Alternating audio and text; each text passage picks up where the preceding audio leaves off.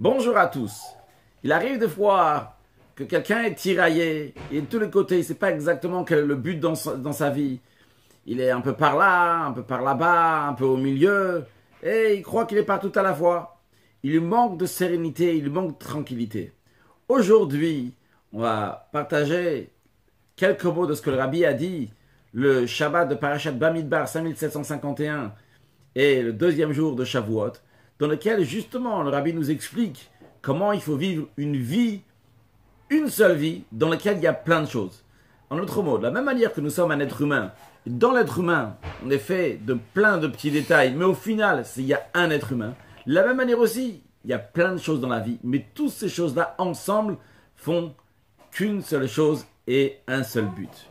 Alors, cette année, en 5751-1991, et de la même manière que notre année, donc en 5778-2018, on a Shabbat, et tout de suite après, on a les 2 jours de Shavuot. Alors, quel est le message, le Rabbi demande, de fait qu'il y a Shabbat, et tout de suite après, il y a les 2 jours de Shavuot. Et l'explication est simple, et le message aussi est important. C'est que la notion de Shabbat, c'est quoi? C'est le repos. Shabbat, c'est un Shabbat Menucha, un moment de repos. Mais la perfection du repos, elle est venue quand? Elle est venue lors du don de la Torah. Nos sages disent que le monde craignait pendant des années et des années, jusqu'à l'an 2448, tant que les Juifs n'avaient pas reçu la Torah. Et au moment que les Juifs ont reçu la Torah, le monde a été apaisé, a été tranquillisé. Ils savaient que maintenant, tout ira bien, il va continuer à exister, car Dieu avait fait une condition avec le monde.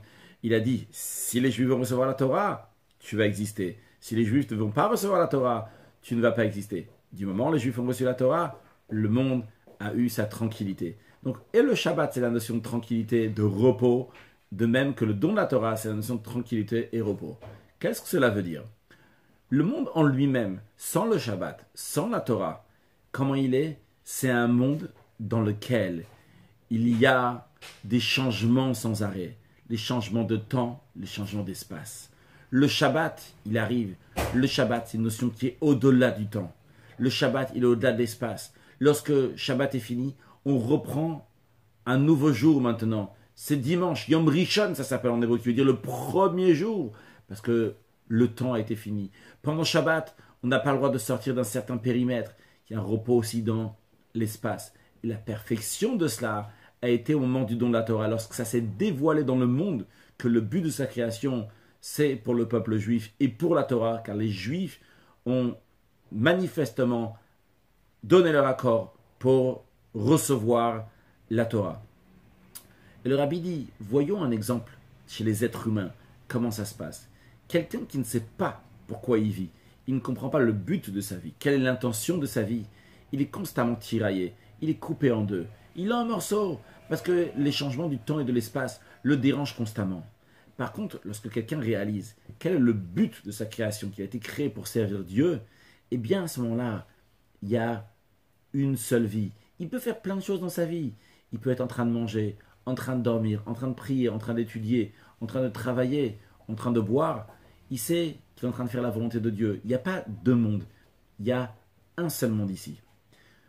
Pour la petite anecdote, on raconte que le rabbi précédent, Rabbi Yosef Yitzhak, lorsque dans les années 1920, le communiste l'a arrêté, l'a emprisonné, avant de l'emprisonner, ils ont fait des enquêtes et ils ont voulu lui faire dire certaines choses. Ils lui ont mis un pistolet sur la tempe. Ils lui ont dit, tu vois, ce joujou a déjà fait ouvrir la bouche à beaucoup de gens. Il a dit, ce joujou fait peur uniquement à des gens qui ont deux dieux et un monde. Mais quelqu'un qui a un dieu et deux mondes, il n'a pas peur de ce joujou. C'est le message que le rabbi nous partage qui est dans cette histoire. Si quelqu'un, il a plusieurs notions, il a plusieurs choses, alors il va toujours être tiraillé d'un côté ou de l'autre. Mais du moment où quelqu'un sait, je suis là pour servir Dieu, à ce moment-là, il a une tranquillité. C'est ce qu'a fait le Shabbat. Le Shabbat a mis cette tranquillité dans le monde lorsqu'on a vu qu'il y a un seul but et un seul créateur. C'est aussi ce qu'a fait le don de la Torah, lorsqu'il nous a donné la Torah. Et on sait pourquoi on est là dans le monde. Le monde a dévoilé qu'il est là pour qu'on puisse étudier la Torah. Lorsqu'on sait l'intention qu'il y a derrière les choses, à ce moment-là, il y a une tranquillité d'esprit. Et la tranquillité d'esprit, c'est quelque chose qui est très important. Ce n'est pas juste une tranquillité, mais à partir de ce moment-là, le service de Dieu peut être fait avec la perfection. Pas seulement le service de Dieu, tout ce que la personne fait, elle est fait avec une personne qui est entière, pas une personne qui est à moitié, une personne qui est un peu ici, mais aussi il est ailleurs. Il est constamment, entièrement, dans chaque chose qu'il va faire, il est entièrement là. Et ça amène encore plus de hatzlacha, encore plus de réussite lorsque la personne, elle fait ces choses-là, lorsqu'elle est entière. Et ça fait que, aussi, les choses qu'il a en contact, ces choses-là aussi vont être avec une tranquillité, avec une sérénité. Alors, lorsqu'on a le Shabbat, et tout de suite après dimanche, on a le don de la Torah, on a le Shabbat qui est la tranquillité, le repos, et qui amène aussi à un jour de tranquillité, on a encore plus de force pour la tranquillité. En plus de cela, on passe de Shabbat, donc il y a le renouvellement du Shabbat, donc du repos, mais au Yom Rishon, au premier jour qui est le jour de la création, donc on amène le repos de Shabbat dans la création, dans les changements de ce monde, on amène cette tranquillité, ce repos.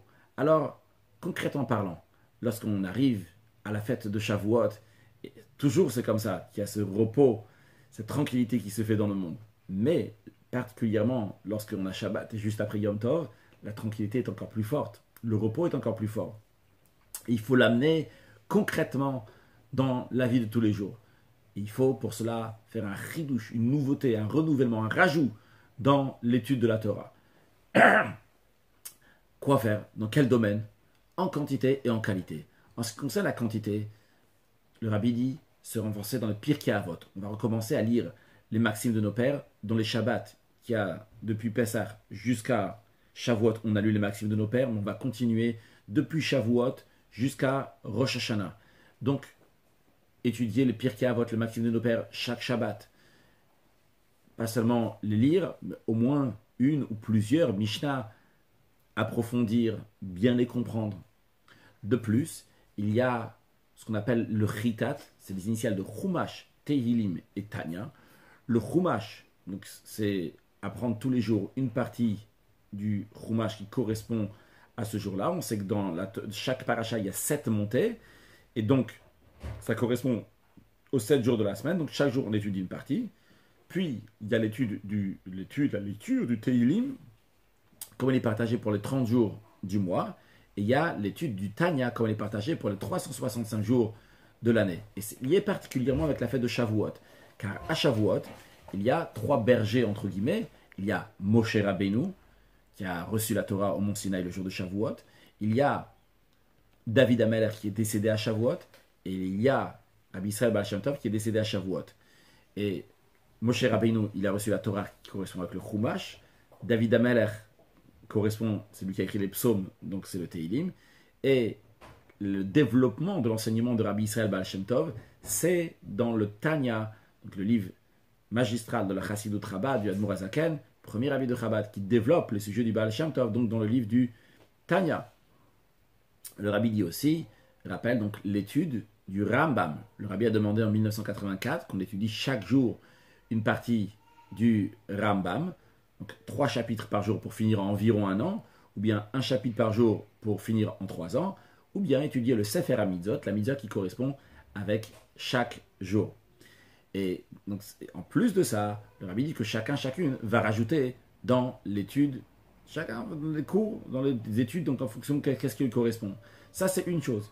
En plus de ça, le rabbi aussi encourage à faire des chidushim, des nouveautés dans la Torah, c'est-à-dire bien sûr basées sur les principes de la Torah, développer encore des choses, et même si on n'est pas sûr, on va essayer d'en faire des efforts pour faire un maximum, que ce soit bien présenté, que ça correspond avec ce que la Torah elle dit, et comme ça, ça va nous encourager à nous d'étudier, et aussi aux autres aussi de nous copier à faire ça.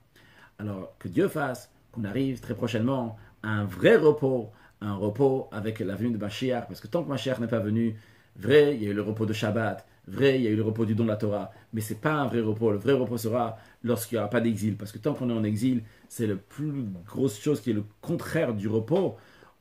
Comme le Talmud dit, Oilaem la banim shigalu malchouchanavi, malheur aux enfants qui ont été exilés de la table de leur père. Donc on n'est pas à notre table, on n'est pas avec notre père, on n'est pas avec Dieu, tant que Mashiach n'est pas venu. Quand Mashiach va venir à ce moment-là, on aura ce vrai repos. Et que Dieu fasse que tout ça, ça va s'annuler.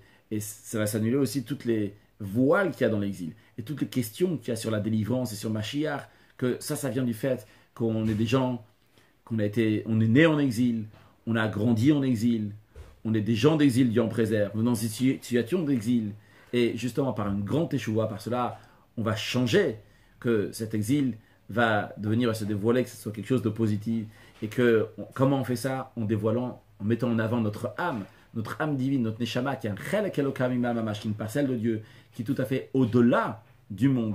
Et vu qu'elle est au-delà du monde, et elle est dans ce repos, elle nous amène ce repos, et que très prochainement, on va rencontrer Mashiach Tzidkenu, il va dire à chacun de nous, Shalom Aleichem.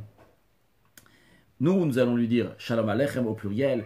Quand on dit au pluriel, bien que c'est une seule personne, parce qu'on ne va pas seulement lui dire à lui Shalom Aleichem, on va dire Shalom Aleichem à tous les âmes de la génération de la délivrance. Et lui va aussi nous répondre Shalom Aleichem au pluriel, parce qu'il va nous dire pas seulement à nous personnellement, mais aussi à toutes les actions qu'on a fait pendant l'exil, et dire Shalom Aleichem à tout le peuple juif, et tout cela, ça soit Tekef ou Miyad Mamash, que ce soit tout de suite. Quand on dit Miyad tout de suite, c'est aussi les initiales des 3 bergers qui sont liés à Shavuot, de Moshe, Israël, David.